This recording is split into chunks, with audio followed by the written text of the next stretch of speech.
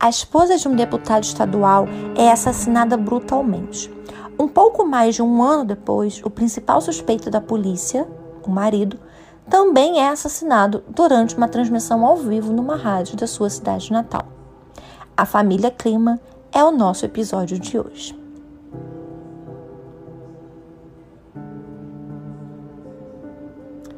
Oi, pessoas! Tudo bom? Primeiramente, bem-vindos a mais um episódio do Sob Investigação. Hoje eu trago 2 casos em um que ocorreram no Rio Grande do Sul, dentro da mesma família. Vamos conhecer os Kliman? Hello, it is Ryan, and we could all use an extra bright spot in our day, couldn't we? Just to make up for things like sitting in traffic, doing the dishes, counting your steps, you know, all the mundane stuff. That is why I'm such a big fan of Chumba Casino. Chumba Casino has all your favorite social casino-style games that you can play for free anytime, anywhere with daily bonuses. So sign up now at ChumbaCasino.com.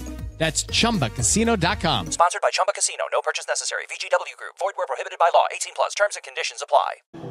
Margit Irene Malinder, natural de Santa Cruz do Sul, era filha de uma família muito proeminente e muito rica. Eles eram donos de banco, de transportadora, de fábrica, além de uma loja de eletrodomésticos chamada Casa Malinder, que era a maior da região. E havia sido fundada pelo avô da Margit e era gerenciada pelo seu pai. A Margit, ela havia se formado em um curso técnico, o de guarda-livros, ali no Colégio Marista São Luís, em Santa Cruz do Sul. Guarda-livros era a maneira que o curso de contabilidade era chamado na época. Então, ele foi chamado assim até mais ou menos por volta dos anos 70. Bem, durante o curso que ela fez ali nos anos 40, ela conheceu Euclides. Euclides Nicolau Kliman nasceu no dia 15 de março de 1922, em Santa Cruz do Sul.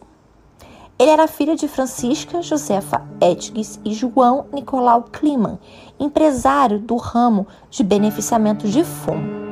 Bem, gente, beneficiamento de fumo, eu fui pesquisar, para saber o que era, porque eu nunca tinha ouvido falar nisso. E o beneficiamento de fumo, pelo que eu pesquisei, é um processo que o tabaco precisa passar para separar a lâmina dele do talo, para poder fazer o fumo. Foi mais ou menos isso que eu entendi. Bem, o Euclides, ele fez o curso técnico de guarda-livros, se formou e depois ele foi para Porto Alegre estudar economia na PUC, Rio Grande do Sul. Já que em Santa Cruz do Sul, o máximo assim, que poderia se chegar em termos de educação era um curso técnico. E ele queria se aprofundar nos estudos, ele queria ir além daquilo. Então, para ir além de um curso só técnico, ele precisaria ir para a capital. Então, foi o que ele fez. Bem, depois de se formar na PUC, ele voltou para Santa Cruz do Sul, reencontrou com a Margit, e eles já estavam apaixonados, ele já gostava dela, então noivaram e casaram no dia 20 de junho de 1944. Ele tinha 22 anos e ela 20, então eles eram bem novinhos assim.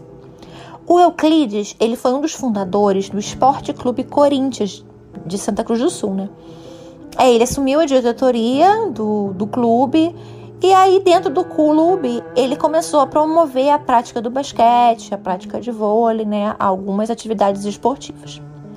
Bem, depois de já estando casado com a Margit, ele assumiu o lugar do pai dela na direção da loja de eletrodomésticos, da Casa Malinder, em sociedade com um cunhado, o Orlando Barrault, que era o marido da irmã de Margit, a Eleanor. A Margit e o Euclides tiveram 4 filhas: Silvia, Susana, Virgínia e Cristina. No Natal de 1951, a Silvia, que tinha 5 anos, ficou doente e foi diagnosticada com Krupp. O Krupp é uma infecção das vias aéreas altas, Então, da traqueia e da laringe. E é uma infecção que ela acaba bloqueando a respiração. E ela acomete frequentemente crianças de 1 a 6 anos, nessa faixa etária. Atualmente, o croup pode ser tratado em casa, dependendo da gravidade, você precisa de uma internação hospitalar, mas ela não é fatal, né? Porém, nos anos 50, não havia uma medicação infantil específica, né? Então, a croup era muito perigosa, né? Não tinha um tratamento para criança, voltada para criança específico, principalmente em Santa Cruz do Sul, que era uma cidade do interior. Então, o pediatra que atendia a Sílvia conversou com Margit e o Euclides, e aí eles entraram num acordo e eles permitiram, né, a Margit e o Euclides permitiram que ele administrasse meia dose da medicação adulta que tinha disponível para Sílvia. Mas, infelizmente, assim que tomou o remédio, logo após, assim, ela teve uma parada cardíaca e aí veio a falecer no dia 28 de dezembro de 1951. Nessa época, eles já tinham a Susana e tinham a Virgínia. E aí, em 1953, quase 2 anos depois, eles tiveram a Cristina, que foi a última filha deles, a mais novinha, a caçula. Bem, Kliman decidiu que queria seguir carreira política. Aí, em 1955, ele se candidatou a vereador, né, na cidade, pelo PSD e ganhou. Então, como ele ganhou como vereador, ele ficou animado e resolveu, então, alçar um voo maior. E, em 1958, ele se lançou a deputado estadual pelo PSD. E ele foi eleito. Ele foi eleito como o 4º mais votado do partido no estado. E aí ele assumiu o cargo no dia 31 de janeiro de 1959. E aí, como ele agora era deputado estadual, ele precisava legislar em Porto Alegre. Então, ele e a família dele inteira se mudaram para um palacete na rua Barão de Santo Ângelo, 406, no bairro Moinhos de Vento, em Porto Alegre. O palacete, gente, é a coisa mais linda. Eu vou deixar no Insta as fotos do palacete depois. Vocês vão ver, é muito lindo o palacete. É simples, mas é lindo. Bem, o Kliman, além de opositor direto do governador da época, que era o Leonel Brizola, ele era um político muito direto. Os discursos dele eram muito inflamados, assim, eram bem enérgicos, sabe? E ele não tinha papa na língua dele, não. Se tinha que falar, ele falava mesmo. Bem, foi feita uma eleição ali no PSD e ele foi eleito como segundo vice-presidente e como líder da bancada, né, ali no plenário. Bem, ali nos anos 60, o Leonel Brizola, ele tinha um programa ali na Rádio Farroupilha, né, uma rádio grande em Porto Alegre, que se chamava A Palestra do Brizola. O Brizola, ele usava esse programa para falar sobre o que o governo dele estava fazendo pelo Rio Grande do Sul, e ele usava, obviamente, como uma plataforma política, né? Até porque naquela época não havia uma propaganda eleitoral, assim como a gente vê hoje, né? Nesses moldes. Poucas casas ainda tinham televisão, então, assim, não tinha um comercial eleitoral, né? Então, o que os políticos na época faziam? Eles pagavam por horários nas rádios para eles poderem discursarem, para fazerem de plataforma política, né?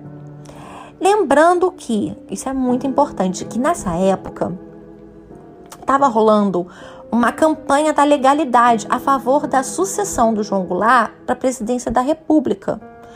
O João Goulart, ele era cunhado do Brizola, né? O Brizola era casado com a irmã do João Goulart.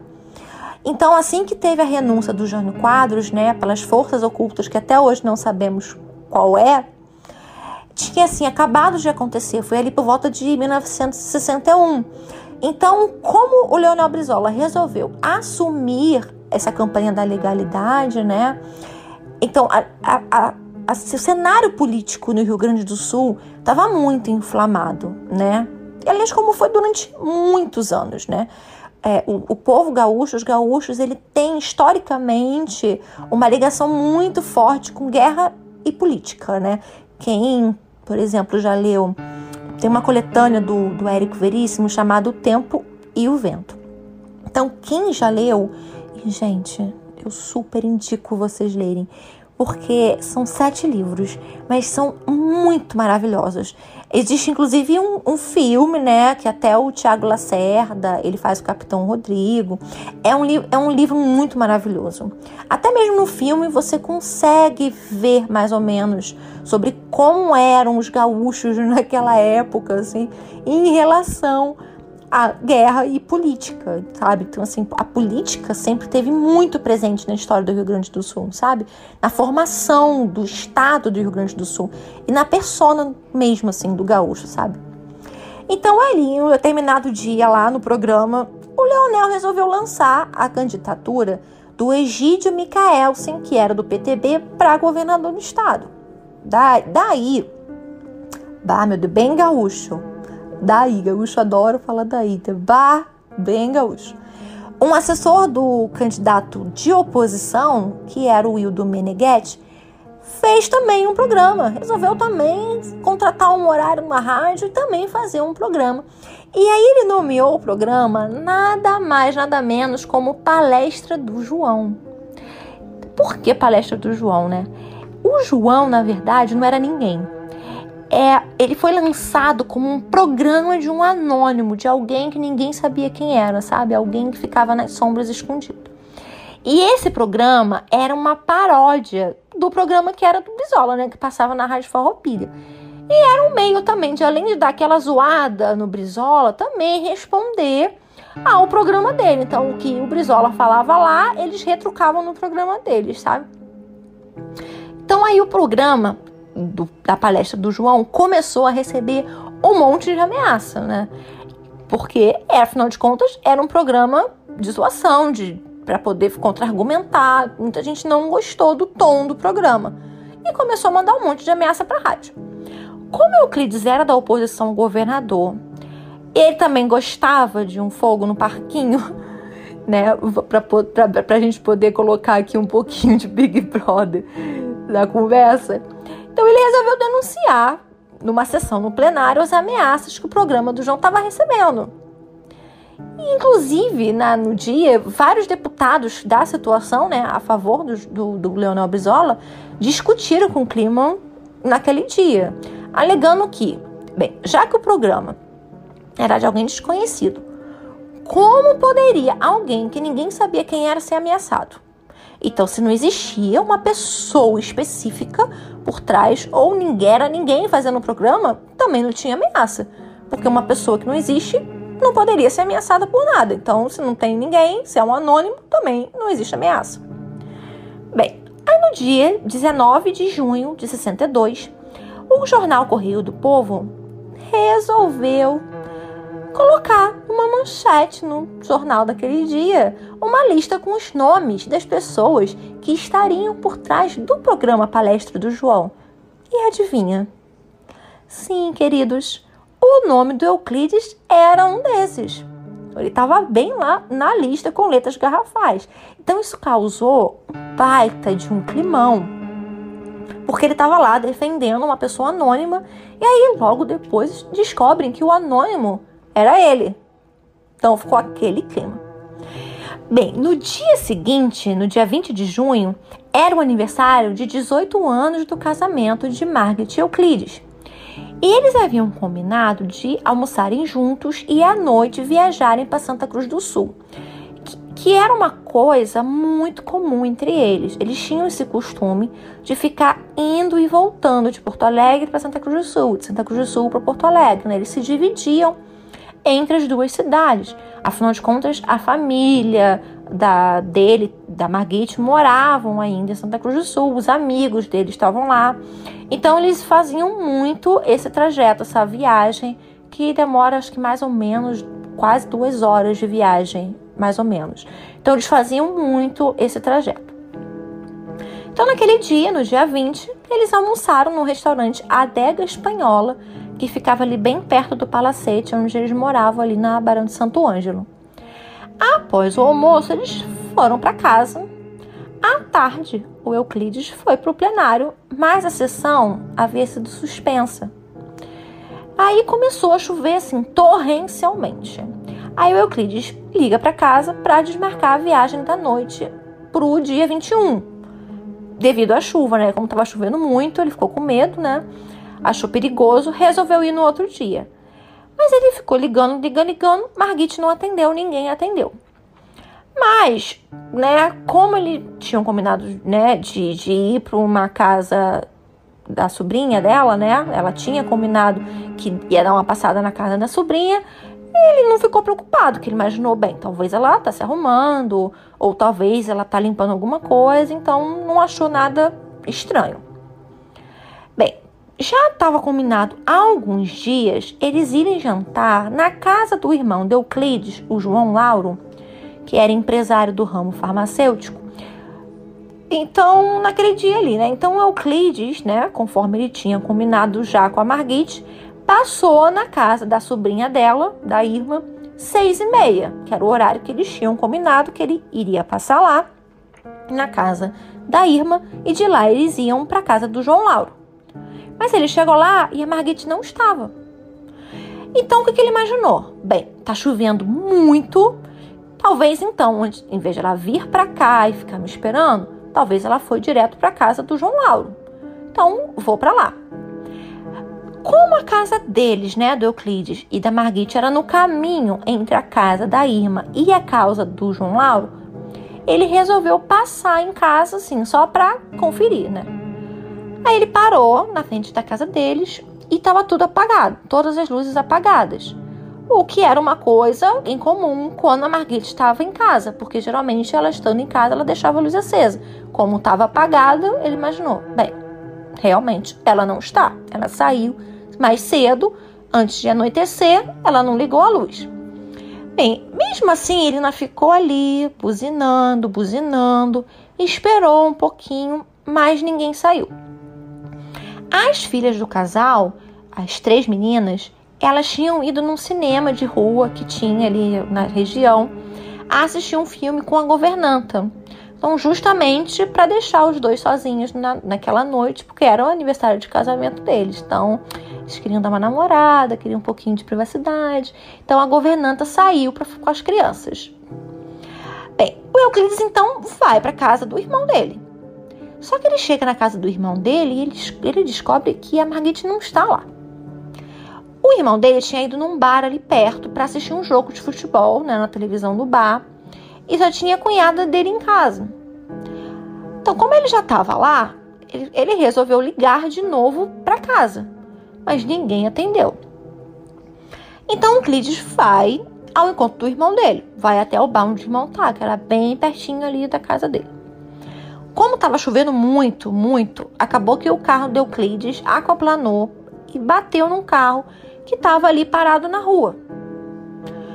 Como teve um acidente, ele acabou perdendo um tempo ali, né, no lugar onde ocorreu a batida, resolvendo ali o problema com o dono do carro que ele acabou batendo. Então ele ficou um tempinho ali ainda, perdeu um tempo. Aí, quando foi por volta de umas 8h30 da noite, ele finalmente chegou no bar. Aí ele chamou o irmão dele e foram os dois até a casa dos Kliman em carros diferentes. O João Lauro chegou antes. Aí ele bateu na porta, ficou batendo, mas ninguém atendeu. O Euclides chegou logo após, abriu a porta. E quando ele abre a porta, ele encontra a Margit no pé da escada, caída, com o rosto completamente desfigurado e seminua. De acordo com o depoimento de Euclides depois, ao ver a esposa morta, ele começou a passar mal, ele abraçou ela, ele vomitou, ele teve uma crise grave assim, de choro. Então, ele disse que ele ficou muito mal, ficou sem saber o que fazer, vendo aquela situação toda. Algumas pessoas, depois, em depoimento, disseram que ele chegou a limpar o local do crime, que ele teria lavado a roupa que ele usava no dia. Algumas pessoas, né, comentaram isso em depoimento. Bem, a notícia da morte de Margit correu por Porto Alegre, assim, muito rápido. E vários políticos apareceram na casa do casal, inclusive o Brizola. O Brizola foi até lá prestar uma ajuda, chegou lá até mesmo antes da polícia, para você ver como é que fofoca é rápida desde sempre. Desde que o mundo é mundo, a fofoca voa. Inclusive, quando o Brizola chegou, a Margit, não só ele, como vários outros políticos chegaram, a Margit ainda estava no chão, do jeito que ela caiu, do jeito que ela foi morta. Aí o Brizola chegou, cobriu as pernas dela com lençol. Pegou um lençol que estava lá na casa e cobriu ela. O Euclides, ele não ligou imediatamente para a polícia, mas ele ligou para o deputado Ari da Silva Delgado, que era do seu partido. Bem, de manhã, todos os jornais da capital estampavam na capa o assassinato de Margit, principalmente o Última Hora e o Diário de Notícias, que fizeram uma cobertura jornalística do caso exaustivamente. Foram matérias, assim, foi uma cobertura muito difamatória, com umas matérias muito sensacionalistas, muito mentirosas. Assim, foi um bafafá nesses dois jornais cobrindo esse caso. Foi um absurdo. Inclusive, tem inúmeras teses de mestrado, de pós-graduação, falando sobre o quão prejudicial esse tipo de cobertura jornalística, né, como foi feito nesse caso, né, virou um case de estudo de como é prejudicial certo tipo de cobertura jornalística. Então, assim, é um case de estudo. Bem, o delegado Júlio Moraes, que na época era muito conhecido, foi incumbido de investigar o caso, né? E logo de cara ele já acreditou que o Euclides era o assassino. Colocou isso na cabeça, pronto, ninguém nunca mais tirou.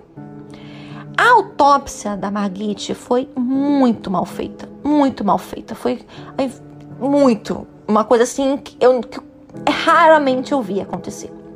Ao invés de ser realizado um exame completo, o legista, também devido à pressão pública, à pressa que a polícia tinha de investigar, só examinou a cabeça dela, que é onde tinham lesões óbvias, assim, à vista. E as lesões, ele concluiu que tinham sido feitas por algum objeto contundente. Ela também tinha algumas lesões nos braços, e como ela estava seminua, o legista acreditou, a polícia acreditou que talvez ela estivesse se arrumando quando o assassino chegou. Então ela não tinha acabado de se vestir, né? Inclusive, durante a investigação, se levantou a possibilidade dela ter sido agredida com um atiçador de fogo da lareira da própria casa. A casa, inclusive, não tinha sinais de arrombamento. Nada. Na cena do crime, tinham 2 tipos sanguíneos distintos, né, que foram coletados. O Euclides chegou a se voluntariar, né, para doar sangue para comparação com o sangue que não era de Margit, né? Porque um era. Mas o delegado, Júlio Moraes, não achou necessário.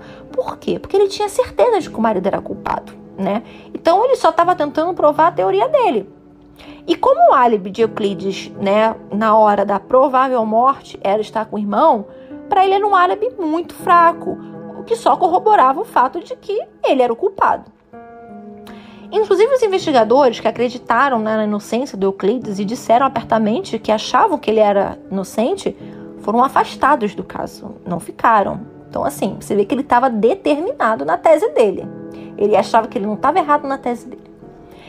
Bem, nas minhas pesquisas, eu não encontrei, assim, qual teria sido a provável hora da morte, né? Que o legista talvez tivesse indicado. Então, assim, não tem como a gente saber se ela foi morta depois do almoço, no fim da tarde, no início da noite, ou perto da hora que ela foi encontrada. Então, assim, para mim ficou muito confuso.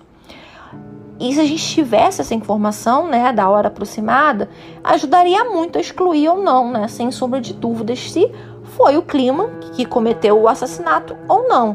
Mas eu não consegui encontrar essa informação em lugar nenhum. Bem, os opositores políticos do deputado acharam toda a história do assassinato e da cobertura, né, extremamente maldosa que os jornais faziam, uma arma política poderosíssima contra o Kliman. Então, assim, a chance que a gente tiver de usar isso contra ele, bora usar. Foi bem assim. Bem, no dia 23 de junho de 1962, né, 3 dias depois do crime ter acontecido, pela primeira vez aparecia na capa do Diário de Notícias, na manchete: Dama de Vermelho foi vista saindo do local. A personagem Dama de Vermelho, que foi muito incentivada pelo delegado Júlio Moraes. Então, de acordo com as notícias, ela teria aí por volta de 18 anos estaria vestida com um lindo vestido vermelho e ela teria ido embora do local ali na rua Barão de Santo Ângelo num táxi. Inclusive, havia até um relato, assim, alguém relatou num jornal, numa matéria, de que a Marguerite teria lutado com uma mulher antes de ser morta. Da onde surgiu? Não sabemos. Outra matéria sensacionalista e mentirosa, né? Bem, aí apareceu um taxista, sabe-se lá de onde, confirmando que realmente ele tinha levado uma mulher da rua Barão de Santo Ângelo até o centro da cidade naquele dia que ela estaria realmente vestindo, né, um vestido vermelho. Aí foi, meu filho, o que precisava para a Dama de Vermelho se tornar obrigatória nos jornais todos os dias. E aí o motorista identificou a mulher que ele teria levado através de uma foto, que ninguém questionou de onde saiu a foto e nem de quem seria essa foto. Aí ainda em junho de 1962, o Diário de Notícias publica a seguinte matéria. Abre aspas. Delegado Júlio Moraes avisa. Já sei sua identidade. Apresente-se.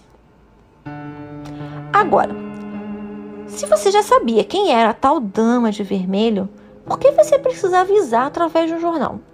Então, assim, se ele sabia quem era a Dama de Vermelho, era mais fácil ele simplesmente ir até ela e chamar ela para um interrogatório. Bem bizarro isso, né? Aliás, toda essa história desse crime é muito bizarra. Acompanhe que vocês vão ver.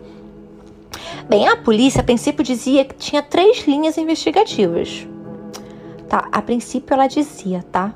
O que a gente nota que não era, tá? Que na verdade o delegado botou na cabeça que era o marido e era o marido. E pronto, acabou. Como eu disse antes, ninguém tirou da cabeça dele.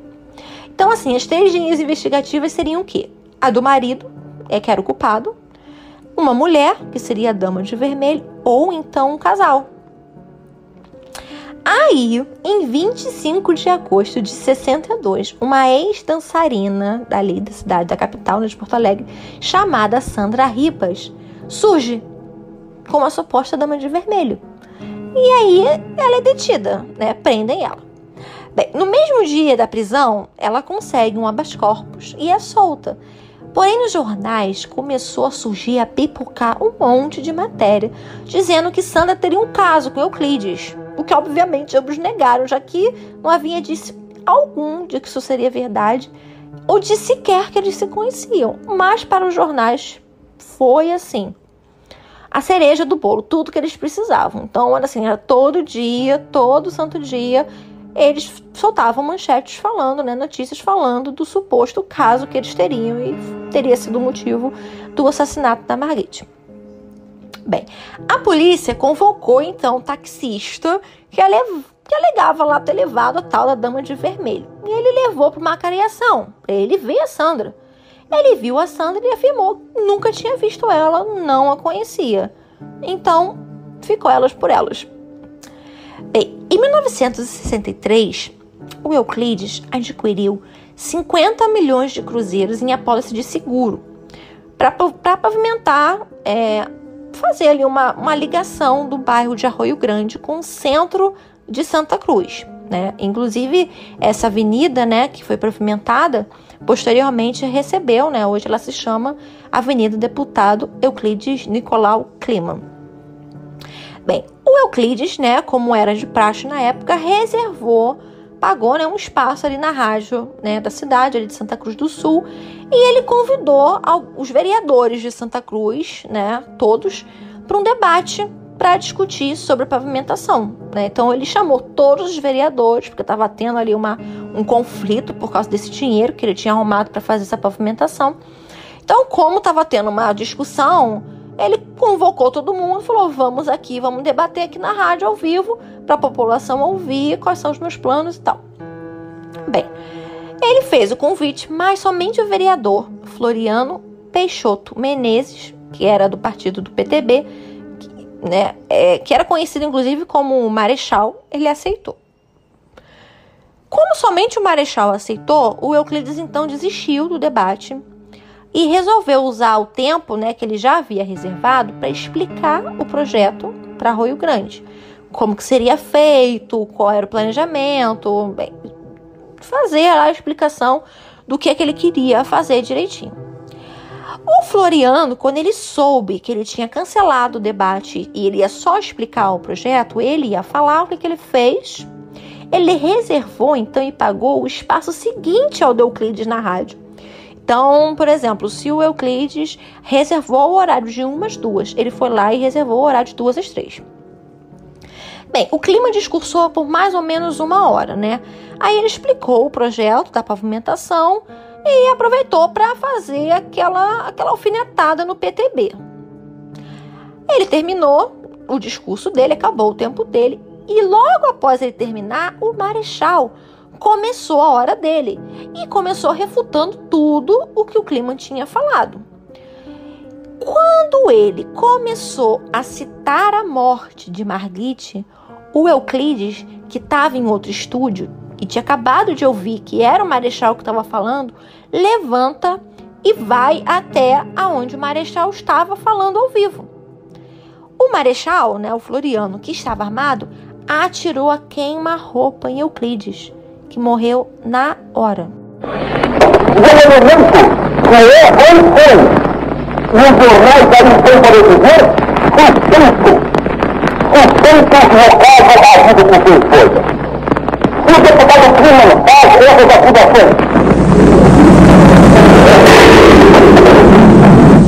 Em março de 65, 1 ano e meio após a sua morte, a antiga Delegacia de Segurança Pessoal inocentou Euclides. Bem, o julgamento do vereador aconteceu no ginásio do Corinthians Esporte Clube, aquele mesmo que o Euclides fundou. Ironia? Não sabemos. Bem, o julgamento aconteceu no dia 10 de junho de 1965, com 2.000 pessoas dentro do ginásio, mas tinha tipo uma fila de mais de 1.000 pessoas querendo entrar. Foi assim, uma loucura. O advogado de defesa do Floriano foi o advogado e deputado do PTB na época, também o Pedro Simão, que atualmente é ex-senador, assim, ele é bem conhecido, ele teve um papel bem significativo aí depois da redemocratização do país. Bem, ocorreram no total 3 julgamentos. O primeiro, que foi o do dia 10, foi adiado porque um dos jurados acaba passando mal, né? E aí o segundo julgamento ocorreu no dia 1º de julho de 1965. A tese da defesa era de que o Floriano, ele não foi lá na rádio discursar pretendendo matar o Euclides, entendeu? Ele estava armado, sei lá por quê, né? Era uma coisa assim, era um acessório. E aí ele, né, a tese defendia de que o tiro foi de legítima defesa. Porque quando o Euclides entrou no estúdio, né, falando para poder contra-argumentar o que ele estava ouvindo, né, para se defender da acusação de ter matado a esposa, o Floriano ficou com medo do Kliman estar armado e tentar matá-lo. Portanto, tanto o Kliman quanto o Floriano eram vítimas. Porém, vocês vão ver lá, eu vou deixar lá no Insta, tá, gente, as fotos, vocês vão ver a roupa que o Euclides estava usando nesse dia, tá, na rádio. Vocês vão ver, é a roupa que ele estava usando dentro da rádio. Então, assim, da onde ele tirou que o cara estaria com uma arma escondida para tentar matá-lo, não sei. Sim, é uma desculpa esfarrapada. Primeiro que o cara já foi armado, né? Então, se você anda armado, a gente pressupõe de que se você tira uma arma da mão e você coloca ela na sua mão e você aponta, é para matar, né? Ninguém anda armado pretendendo só deixar ela de enfeite, né? A gente entende que a gente tem uma arma para atirar, correto? É o que eu acho. Então, assim, desculpinha esfarrapada.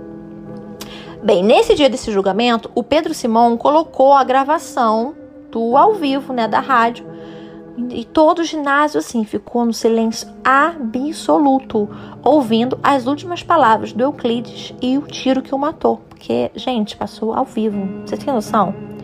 Ao vivo. Bem, o Floriano, nesse julgamento, foi condenado a 1 ano e 6 meses por homicídio culposo. E aí a defesa apelou da decisão. Aí você pensa, apelou para diminuir a pena?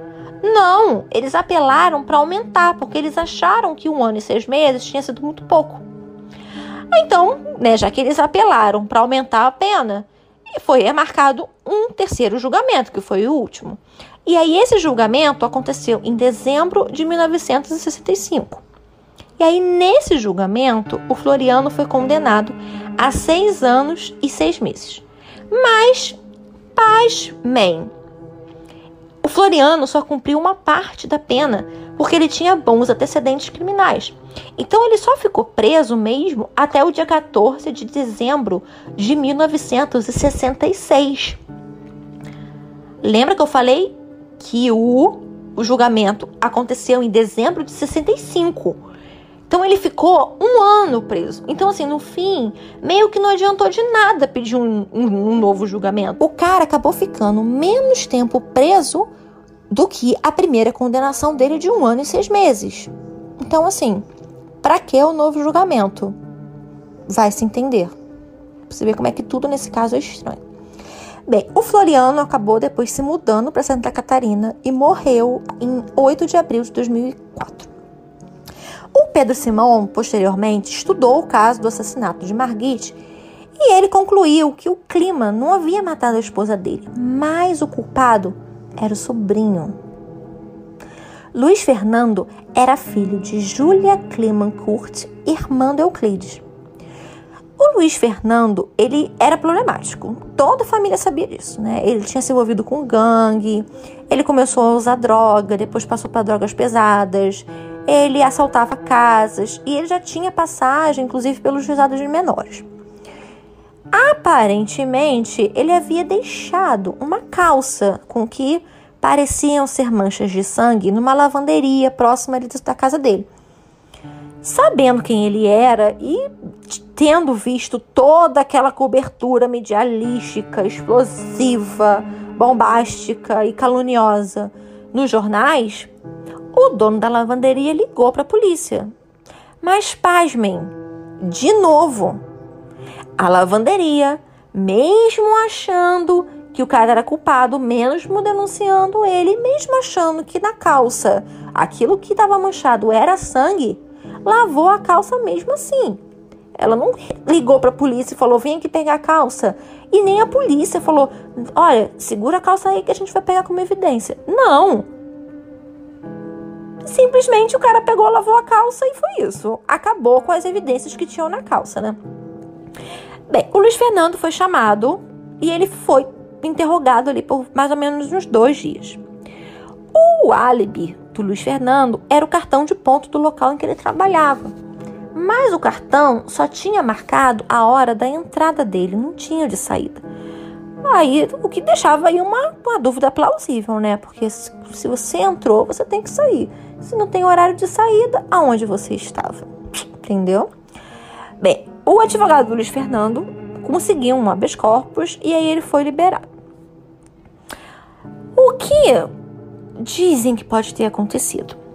Bem, a hipótese era de que o Luiz foi até a casa dos Kliman atrás de dinheiro. Então, alguns supõem que, devido a um problema de saúde, a Margit usava morfina. E talvez ele tivesse ido lá para pegar morfina, né? Como supostamente não haveria ninguém em casa, ele foi para assaltar a casa. Só que a Margit estava em casa se arrumando ainda para sair. Aí ele acabou matando ela para ele não ser identificado, né? Durante esse assalto, essa tentativa de assalto, né, o que teria sido um latrocínio, ele estaria com comparsa. E na casa desse possível comparsa, encontraram uma toalha com sangue. A filha mais nova de Margit e Euclides, né, a Cristina, que na época tinha uns 9 anos, ela questionou o pai na época do crime, se o Luiz Fernando que havia matado a mãe dela, porque ela sabia que ele tinha problema, ela já tinha ouvido a mãe dela falar, então ela questionou, foi a primeira pessoa que veio na cabeça dela, foi o Luiz Fernando. E ela perguntou pro pai dela.